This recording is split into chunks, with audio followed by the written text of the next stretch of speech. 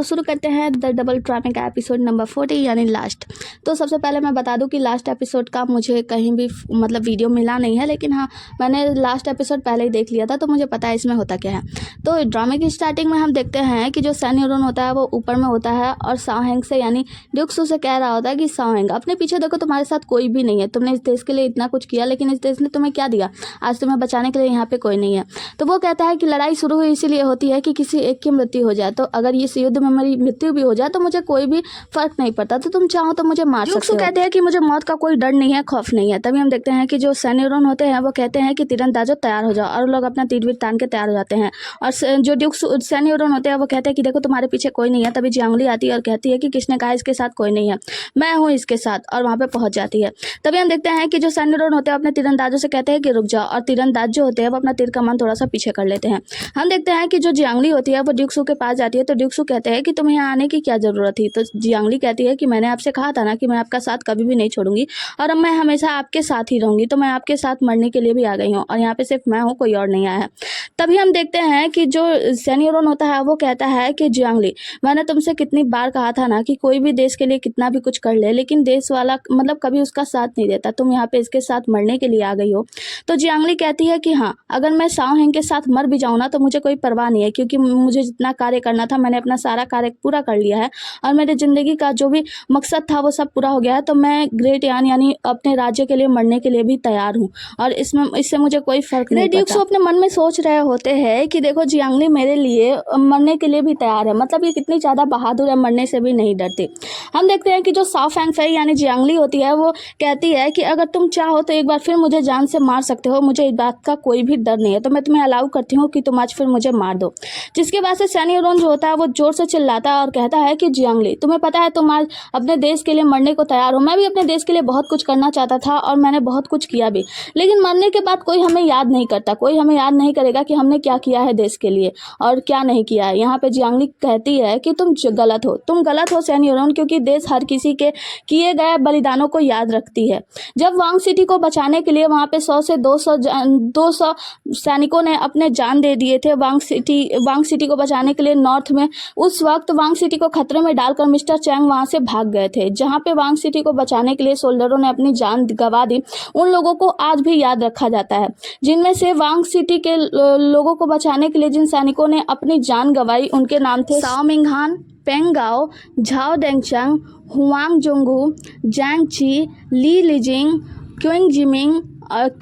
सो बोलते हैं loyal guard Sao hang और जियांगली बोलती है और मैं साओ फैंग फई, हम लोगों को मरने का कोई फर्क नहीं है, हमें पता है पूरी दुनिया हमें याद रखेगी। यहाँ पे हम देखते हैं कि लुंगी आर्मी का जो मेन होता है ना वो देखता है कि इस बच्ची को इन सभी गार्ड्स के नाम कैसे याद है, उसके आंखों में आंसू आ जाते हैं क्योंकि जितने भी सोल्जर है ना उन लोगों के साथ में काम कर चुके हैं, तो ये अपने किसी के भाई होते हैं, किसी के दादा होते हैं, ऐसे करके। जियांगली जैसे ही कहती है कि हम अपने देश के लिए कुर्बान भी हो जाए तो हमें फर्क नहीं पड़ता, ये हमारा भाग्य होगा। हम देखते हैं कि जो सन यूरोन होते हैं वो कहते हैं कि तीरंदाजों तैयार हो जाओ।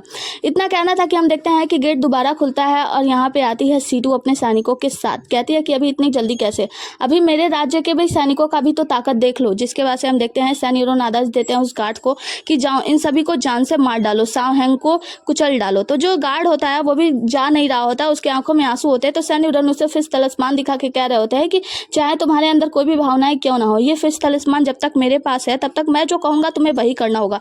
तो लुंगी आर्मी मेरी बात मानो, तुम लोग जाकर साओ हैंग के साथ इन सभी को खत्म कर दो। अब लुंगू आर्मी को इनकी बात माननी होती है और ये सभी लोग अपनी तलवार वलवार लेकर नीचे चले आते हैं एक बार फिर लड़ाई के लिए। यहाँ पे जो जियांगली होती है, जियांगली को समझा रहा होता है सन यूरोन की जियांगली तुम मेरी बात मान जाओ। जियांगली कहती है कि मुझे तुम्हारी कोई बात नहीं सुननी, अगर ऐसी बात है तो मैं आज तुम्हें मार डालूंगी, और अपने तीर पे जो है कमान चढ़ा लेती है। जियांगली कहती है सन यूरोन अभी भी वक्त है, मान जाओ। सन यूरोन कहता है कि इस आर्मी का जो लगाम है वो मेरे हाथों में है, तो मैं जैसा कहूंगा वो वैसा ही करेगी।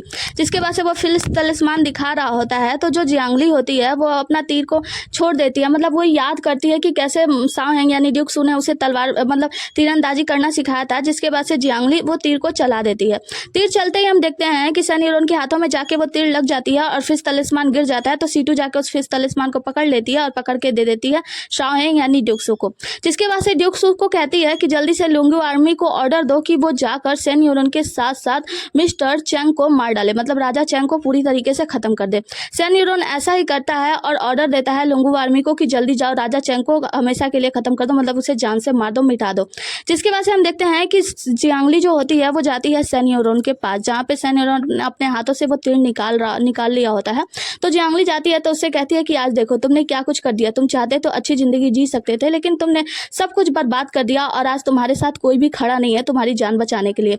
वो कहता है कि जियांगली ये सब मैंने जानबूझ के नहीं किया था। वो कहती है कि तुमने जानबूझ के ही किया था, क्योंकि तुम्हारे पास एक समय था, अगर तुम कहते उस वक्त मुझे जाने के लिए अपने से दूर, तो शायद मैं तुमसे दूर चली जाती, लेकिन तुमने एक लग्जरियस लाइफ जीना चूज किया, जिसके वजह से तुम्हारे साथ ये सब हो गया। अगर तुम मुझे जान से ना मारते तो शायद समय इतना भी ज्यादा खराब ना होता। और जियांगली इतना सब उससे खरी खोटी सुनाने के बाद वहां से जाने लगती है। सैन यूरोन वहीं पे गेट के रेलिंग पे खड़ा हो जाता है। जब जियांगली वहां से जा रही होती है तो सैन यूरोन जो होता है वो अपनी बांसुरी बजाने लगता है और फिर याद करता है कि कैसे वो जियांगली के साथ एक अच्छा जीवन जी रहा था, लेकिन उसने सब कुछ बर्बाद कर दिया। याद करने के बाद हम देखते हैं जियांगली पीछे मुड़कर नहीं देखती और सैन यूरोन वहां से छलांग लगा देता है, यानी उसकी मृत्यु हो जाती है। जब उसकी मृत्यु हो भी रही होती है, जियांगली को पता होता है कि पीछे उसने आत्महत्या कर ली है, वो मरता रहता है, लेकिन जियांगली उसे पीछे मुड़कर नहीं देखती। सीन यहाँ से कट होता है। आगे हम देखते हैं राजा चैंग के पास लुंगू आर्मी पहुंच चुकी होती है और ये लोग उनसे कहते हैं कि तुम्हारी वजह से हमारे अगले 100 सोल्जर मारे गए थे। यहाँ पे राजा चैंग जो होता है वो रानी ली को बंदी बनाया होता है और कहता है कि अगर तुम मेरी बात नहीं मानोगे तो मैं मैडम ली को यानी लेडी ली को मार डालूंगा। लेडी ली ने बहुत सारे बुरे कर्म किए होते हैं तो उन्हें एहसास होता है कि उन्होंने बहुत सारा गलत काम किया है। तो साओ हेंग से कहती है कि साओ हेंग, राजा से कह देना कि ये सब मेरी ही गलती थी, मेरी ही वजह से बहुत कुछ बिगड़ गया। जिसके बाद से वो मिस्टर चैंग के तलवार से ही अपना गला काटकर वहीं पे अपने आप को मार डालती है। यहाँ पे राजा चैंग सोच रहा होता है कि आखिर ये सब क्या हो गया। इतने पे साओ हेंग राजा चैंग के पास पहुंच जाता है और कहता है कि अब मैं तुम्हें जिंदा नहीं छोड़ूंगा। राजा चैंग कहता है कि तुम्हें पता है कि मैं तुम्हारे पिता का एक आखिरी स्टूडेंट हूं, तो तुम मुझे नहीं मार सकते। साओ हेंग कहता है कि मैं मेरे पिता की तरह नहीं हूं और मैं बहुत अलग हूं और मैं किसी को दूसरा मौका नहीं देता हूं, और वहीं पे उसका गला काट के आसमान की ओर देखता है। सीन यहाँ से कट होता है। आगे हम देखते हैं कि जो राजा होते हैं ना वो उन लोगों को रिवॉर्ड देते हैं जिन लोगों ने राजा का साथ दिया है, और उन सभी लोग को जेल में पहुंचा देते हैं, सजा देते हैं जिन लोगों ने राजा के पीठ पीछे उन पे वार किया था। यानी ड्यूक्सू जो होते हैं वो अपने दादा से अपने किए गए गलत बातों पे माफी मांगते हैं, जिसके बाद से वो राजा से मिलते हैं और वो उनसे बताते हैं कि ये सब जो कांड हुआ था उन सबके पीछे उनकी बहन का हाथ था। जिसकी वजह से राजा सोचते हैं कि आखिर मैंने अपने बहन को, मतलब उसे सचमुच में अपना बहन माना था, लेकिन उसने कभी मेरे साथ अच्छा व्यवहार नहीं किया। ड्यूक सू जो होते हैं वो लुंगू आर्मी के राजा को सौंप देते हैं, कहते हैं कि अब सब कुछ आपके हाथों में है, अब आप चैन की नहीं सो सकते और आपको कोई खतरा नहीं है। राजा भी जो होते हैं वो ड्यूक सू को धन्यवाद बोलते हैं और ड्यूक सू कहते हैं कि अब मुझे यहाँ से चलना चाहिए। आगे की सीन में हम देखते हैं कि ड्यूक निवास में जो नौकरानी हाईतांग होती है वो आकर जियांगली से बताती है कि आपके पिताश्री ठीक हो गए हैं। जियांगली बहुत ही ज्यादा खुश हो जाती है और अपने पिता के पास जाती है। पहली बार उसके पिताजी उसको पहचानते और कहते हैं सू फेंगफई। वो घुटनों के बल बैठ जाती है और पिताजी को प्रणाम करती है। पिताजी कहते हैं कि मैं तरस गया था, मेरी आंखें तरस गई थी तुम्हारे चेहरे को देखने के लिए, आज मैं बहुत ही ज्यादा खुश हूँ। जियांगली भी बहुत ही ज्यादा खुश होती है अपने पिता को पाकर, जिसके बाद से हम देखते हैं जियांगली ड्यूक सू से बातें करती है और कहती है कि आपको पता है मुझे मेरा सोलमेट मिल गया है। मतलब ये लोग लवी डबी बातें करते हैं। यहाँ पे वो कहते हैं कि फ्यूचर प्लान के बारे में क्या सोचा, तो वो कहती है कि मुझे मेरा सोलमेट मिल चुका है। तो ड्यूक सू को पहले तो बुरा लगता है, लेकिन वो कहते हैं और मेरा सोलमेट ना मेरे सामने बैठा है। ये सब कुछ देखकर सुनकर ड्यूक सू तो बहुत ही ज्यादा खुश हो जाते हैं। मतलब कि हाँ जियांगली ने प्रपोज कर दिया ना, तो ड्यूक सू आगे बहुत खुश होते हैं। तो उनके दादाजी लोग छेड़ होते हैं, मतलब सोचते हैं कि इतना ज्यादा खुश। इसके बाद से जियांगली को असली जियांगली के कब्र पे दिखाया जाता है और वो उसके पास उसका हेयरपिन लेकर गई होती है। कहती है कि जियांगली अब तुम ये अपना हेयरपिन अपने पास रख लो। असली जियांगली उसके पास आती है तो जियांगली उसे बताती है कि मैंने सब कुछ ठीक कर दिया, जैसा तुम चाहती थी वैसा सब कुछ हो गया और तुम खुश हो ना। तो वो जियांगली कहती है हाँ बहुत ज्यादा। जिसके बाद से जो जियांगली होती है वो ड्यूक सू के पास आती है और ड्यूक सू जियांगली का शादी दिखाया जाता है। ड्यूक सू जियांगली के करीब आते हैं और उसे किस करने जाते हैं, तो जियांगली जो होती है उन्हें रोक देती है और फिर अपना वो लॉकेट उन्हें मतलब ड्यूक सू को दे देती है, जो कि उसे बहुत ही ज्यादा प्यारा है। वो लॉकेट लेकर ड्यूक सू जो होते हैं वो अपने बेल्ट में लगा लेते हैं और उसके बाद से ये दोनों अपना टाइम स्पेंड करते हैं। आगे की सीन में हम दूसरे दिन का सीन देखते हैं, जहाँ पे हम देखते हैं कि अगले ही दिन मतलब इस यान राज्य पे किसी ने हमला कर दिया है और ड्यूक सू को बचाने के लिए यानी लड़ाई पे जाना पड़ता है। जियांगली ना चाहते हुए भी ड्यूक सू को मुस्कुराकर विदा करती है कि तुम जीत कर वापस लौटना। बीत जाता है और हम देखते हैं कि जो पिता जियांग होते हैं वो जियांगली से मिलते हैं और बातें करते हैं और कहते हैं कि जियांगली तुम्हें पता है काफी समय हो गया है और ऐसा लगता है कि शायद ड्यूक सू लौट कर वापस नहीं आने वाला है। तो जियांगली कहती है कि पिताजी अगर ड्यूक सू वापस नहीं आएंगे ना तो मैं उसकी विधवा बनकर जिंदा रह लूंगी, लेकिन मैं दोबारा शादी नहीं करूँगी। पिता जियांग कहते हैं कि लेकिन मैं तुम्हें ऐसे ज़िंदगी जीते कैसे देखूँ, मतलब तुम ऐसी रहती हो तो मुझे अच्छा नहीं लगता। जियांगली कहती है कि पिताजी मैं उसकी यादों के सहारे पूरा जीवन काट सकती हूँ, लेकिन मैं शादी नहीं करूँगी। जिसकी वजह से अपने पिता से बात करने के बाद जियांगली वहाँ से जाने लगती है, फिर रुकती है और मुड़कर पिता से अपने बात करती है। कहती है कि पिताजी मुझे आपसे कुछ बताना है। दरअसल मैं जियांगली नहीं हूँ। तो पिता जियांग कहते हैं कि तुम साओ फेंगफई हो, है ना। उसके बाद से पिता जियांग रोने लगते हैं और जियांगली भी रोने लगती है। पिता जियांग कहते हैं कि मेरी जियांगली ने बहुत कष्ट सहे है ना जेनब हॉल में, और कष्ट सहते सहते उसकी मृत्यु हो गई। उसको क्या हुआ था वगैरह वगैरह, वो बहुत ज़्यादा रो रहे होते हैं कि मेरी जियांगली को बहुत कष्ट सहने पड़े होंगे।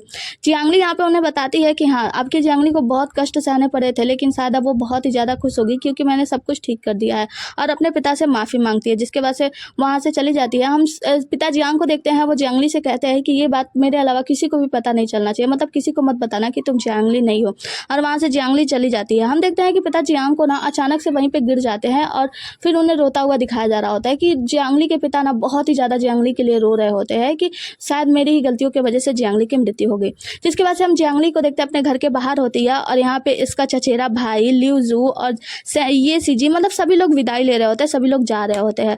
जियांगली भी इन सबको खुशी खुशी विदा कर रही होती है और कह रही होती है कि तुम लोग अपना ख्याल रखना। इसके चाचा चाची भी यहाँ से जा रहे हैं। आगे हमें एक फ्लैशबैक दिखाया जाता है जहाँ पे हम देखते हैं ड्यूक्स और जियांगली ने मिलकर एक पौधा लगाया था, और ड्यूक्स ने जियांगली से वादा किया था कि जब इसमें फूल आ जाएंगे ना ढेर सारे, और आसमान से ढेर सारा बर्फ गिरने लगेगा, तो मैं तुम्हारे पास वापस लौट कर आ जाऊंगा। और ये सारे फ्लैशबैक, सारी यादों को जियांगली अपने अंदर समेटे हुए है। मतलब जियांगली हर दिन इन सभी चीज़ों को याद करती है और हर दिन उस पेड़ के पास जाती है। यहाँ पे हम देखते हैं कि जो वेंजी होता है ना वो सैनिकों से लड़ रहा होता है, और एक सैनिक जो होता है ना वो वेंजी को भाला मार देता है। मतलब मारता तो ड्यूक्सू को है, पर ड्यूक्सू को बचाने के लिए वेंजी सामने आ जाता है, उससे लग जाता है। जिसपे ड्यूक्सू जो होता है वो बहुत जोर से चिल्लाता है। दूसरी तरफ लूजी भी जोर से चिल्लाता है कि अब तो मेरा भाई जैसा दोस्त भी चला गया। यहाँ पे वेंजी गिरने वाला होता है तो लूजी उसके पास आता है और वेंजी वेंजी करके रो रहा होता है, बहुत जोर जोर से चिल्ला रहा होता है। तभी हम देखते हैं कि यहाँ पे कुछ और सैनिक आते हैं इन दोनों को मारने के लिए, लेकिन ये दोनों बड़े स्टाइल से उन सैनिकों को मार डालते हैं। जिसके बाद से लूजी वेंजी के पास आता है और उससे कहता है कि भाई तुम ऐसे मुझे छोड़कर नहीं जा सकते। वहाँ पे हम बैटल ग्राउंड में देखते हैं कि जो वेंजी होता है वो उसका हाथ पकड़ता है, कहता है कि अब मेरा समय पूरा हो चुका है, अब मुझे जाना ही होगा। जिसके बाद से हम देखते हैं कि जो वेंजी होता है ना उसकी मृत्यु हो जाती है, मतलब वहीं पे बैठे बैठे वो मर जाता है। जब वेंजी की मृत्यु हो जाती है तो लूजी जोर से चिल्लाता है वेंजी, और वो बहुत ही ज़्यादा रोने लगता है। वो रो रहा होता है, हताश हो गया होता है, और वो लड़ाई भी नहीं कर रहा होता है। तभी हम इतने ही देर में देखते हैं कि उधर ड्यूक्सू को कुछ लोग होते हैं वो घेरे होते हैं, मार रहे होते हैं। तभी हम देखते हैं कि कोई आदमी होता है मतलब घोड़े पे सवार होकर वो लूजी की तरफ बढ़ रहा होता है, मतलब लूजी को मारने के लिए। जब ड्यूक्सू ये चीज़ देखते हैं ना तो वो उन सभी गुंडों को एक साथ मार कर उड़ा देते हैं और दौड़ के आते हैं लूजी को बचाने के लिए, और लूजी को बचा लेते हैं। जिसके बाद से ड्यूक्सू उस आदमी को मारकर नीचे गिरा देते हैं, और ये यहाँ पे जितने भी सैनिक है ना उन सभी सैनिकों का सरदार होता है। वो कहता है कि अब तुम दो लोग अकेले क्या कर सकते हो। लेकिन हम देखते हैं कि जो लूजी होता है ना वो घायल शेर की तरह उठता है, क्योंकि उसके भाई की मृत्यु हुई है। वो बहुत ही ज़्यादा गुस्से में होता है और उनके आधे से ज़्यादा सैनिकों को तो काट डालता है जिंदा ही। मतलब वो उन लोगों को बड़ी बेदर्दी से काट रहा होता है और बहुत जोर जोर से चीख रहा होता है। इतने में हम देखते हैं कि वहाँ पे और सारे जो सैनिक होते हैं ना वो तीरंदाजी करने लगते हैं, और ढेर सारे तीर आकर लूजी को लग जाते हैं। लूजी को ढेर सारे तीरों से छल्ली कर दिया जाता है, जिससे लूजी भी तीर लगने के बाद वहीं पे घुटनों के बल बैठ जाता है। अब तो ड्यूक्सू के पास कोई दूसरा सैनिक बचा नहीं है। लूजी और वेंजी ही इनके दो हाथ थे, जहाँ पे ड्यूक्सू जो होते हैं वो बुरी तरीके से परेशान हो जाते हैं, और वो दौड़ कर लूजी के पास आते हैं चिल्लाते हुए। वो लूजी को पकड़ते हैं, कहते हैं कि ऐसा नहीं हो सकता, लेकिन लूजी तो कुछ बोल भी नहीं पाता और उसकी मृत्यु हो जाती है। ड्यूक्सू क्या करते हैं, उसकी आंखों को मुद देते हैं, क्योंकि वो आंख खोलकर ही मर गया ना, तो उसकी आंखों को बंद करते हैं। सच में बताओ तो ये एपिसोड बहुत ही ज़्यादा रोने वाला था। वेंजी लूजी के लिए मुझे बहुत बुरा लगा। जिसके बाद से ड्यूक्सू जो होते हैं उनकी आंखें लाल हो जाती है और वो कहती है मैं तो अब तुम सभी को चिंता नहीं छोड़ूंगा, और वो खड़े हो जाते हैं। यहाँ पे जो उनका सरदार होता है वो कहता है कि अब तुम अकेले क्या ही कर पाओगे ड्यूक्सू, और उसे मारने के लिए आगे बढ़ता है। जहाँ पे ड्यूक्सू भी घायल शेर की तरह इन लोगों पे हमला कर रहे होते हैं या याद कर रहे होते हैं अपने लोगों के मरने पर। मतलब ड्यूक्सू वेंजी के लिए बहुत ही ज़्यादा रो भी रहे होते हैं। ये इन लोगों से लड़ाई करते हैं, और इनका जो आदमी होता है मतलब जो मेन होता है ना उसको तो मार कर इसकी पहले तो इसकी चुटिया खुल जाती है। जो मेन गार्ड होता है ना वो बुरी तरीके से चुड़ैल लग रहा होता है। तो यहाँ पे लड़ाई होती है, जिसके बाद से ड्यूक्सू जो होते हैं इनके मेन गार्ड को मार डालते हैं। मतलब जैसे ही इसे जान से मारते हैं हम देखते हैं कि दूसरी तरफ से और ढेर सारे सैनिक आ जाते हैं इसे मतलब ड्यूक्सू से लड़ाई करने के लिए। हम देखते हैं कि जो ड्यूक्सू होते हैं ना उन पे कोई सैनिक वार करता है, जिससे उनके बेल्ट में लगा हुआ जो लॉकेट होता है वो वहीं पे जमीन पे गिर जाता है। ड्यूक्सू उस लॉकेट को छोड़कर बाकी जो सैनिक उनके आसपास होते हैं उन सभी सैनिकों को मार डालते हैं, और यह अपनी जान बचाते हुए वो वापस उस लॉकेट के पास आते हैं और लॉकेट को उठाकर बेहद स्टाइल में अपने मुंह में लगा लेते हैं और कहते हैं कि अब आगे बढ़ो, और बहुत सारे सैनिक उनकी तरफ बढ़ते हैं, जिसके बाद से ड्यूक सू जो होते हैं वो आसमान की तरफ देखते हैं कि अचानक यहाँ से बर्फबारी हो गई होती है, लेकिन यहाँ से तो ड्यूक सू को अभी और भी ज्यादा लड़ाई करनी है ना। सीन यहाँ से कट होता है आगे की सीन में अब जियांगली को देखते हैं, जो देखते हैं कि बर्फबारी हो रहा है। मतलब वही समय आ चुका है जिस समय पे ड्यूक सू ने वादा किया था कि मैं जब वो समय आएगा तो मैं तुमसे मिलने के लिए आऊंगा। जियांगली अपने लाल कपड़ों में ही दौड़कर उसी जगह पे जाती है जहाँ पे ड्यूक सू और जियांगली ने मिलकर वो पौधा लगाया था। यहाँ पे हमें दिखाया जाता है कि जियांगली उस पौधे के पास पहुंच जाती है और ड्यूक सू का इंतजार कर रही होती है बेसब्री से। उसे पता होता है कि ड्यूक सू लौटकर वापस जरूर आएंगे, क्योंकि ड्यूक सू ने आज तक अपना कोई भी किया हुआ वादा नहीं तोड़ा है, और वो उनके बातों को याद करती है कि ड्यूक सू ने जो वादा वगैरह किया था। हमें दिखाया जाता है कि ड्यूक सू ने उस पेड़ पे जो कुछ भी लिखा था वगैरह वगैरह। आगे हमें दिखाया जाता है एक घोड़े पर सवार एक आदमी, जो कि उसका चेहरा नहीं दिखाया जाता है, लेकिन हमें दिखाया जाता है उसका लॉकेट। मतलब हाँ, वो लॉकेट जो कि जियांगली ने ड्यूक सू को दिया था, ये लॉकेट दिखाया जाता है, लेकिन इस आदमी का ना चेहरा दिखाया जाता है और ना ही दिखाया जाता है जियांगली और ड्यूक सू का मिलन। मतलब दोनों एक दूसरे को हक भी नहीं करते हैं, मिलते भी नहीं है। बस यही दिखाया जाता है कि घोड़े पे कोई आदमी सवार होकर उसी पौधे की तरफ बढ़ रहा है, और दूसरी तरफ हमें जियांगली को दिखाया जाता है, जियांगली का फेस दिखाया जाता है। इसी के साथ ये ड्रामा यहीं पे खत्म हो जाता है। तो ड्रामा खत्म करते हैं, मिलते हैं अगले किसी नए ड्रामा में। इंतजार करना तब तक के लिए, और वीडियो को लाइक कर देना और चैनल को सब्सक्राइब कर देना। और हाँ, कुछ कमेंट करके, पहले कमेंट करके ये बताओ कि इन सब में से ना तुम्हारा फेवरेट कास्ट कौन था, मतलब सबसे अच्छा कौन लगा। मुझे तो लूजी लगा सबसे, मतलब मेरा फेवरेट वाला तो लूजी है, क्योंकि वो जिस तरीके से चंचल मतलब तरीके आजमाता था ना, चंचलता करता था, वो सब बहुत ज़्यादा अच्छा लगता था, कूदता फांदता था। तो हाँ, एक चीज़ और क्लियर कर दूँ कि जो असल में जिसको मैं लूजी लूजी कहती थी ना, वो लूजी नहीं बल्कि वेंजी था, और जिसे मैं वेंजी कहती थी वो वेंजी नहीं बल्कि लूजी था। हाँ, ये कन्फ्यूज़न मुझे पहले हुई थी, लेकिन बाद में पता चल गया था। मुझे पहले इसके बारे में पता चल गया था, लेकिन मैंने इसलिए नहीं बताया कि अगर मैं कहानी के बीच में ऐसा कुछ कहती तो कहानी का थोड़ा सा डिस्टर्बेंस हो जाता ना, तो इसीलिए मैंने नहीं बताया। तो मुझे लूजी बहुत ही ज़्यादा अच्छा लगा, जिसको इस कहानी में वेंजी नाम दिया गया था, और उसका नाम है पान यू चैंग। तुम ही कमेंट करके बताओ कि तुम्हारा फेवरेट कास्ट इसमें से कौन सा था। Okay, tata bye bye. Comment करना मत भूलना बिल्कुल भी। Okay, bye bye.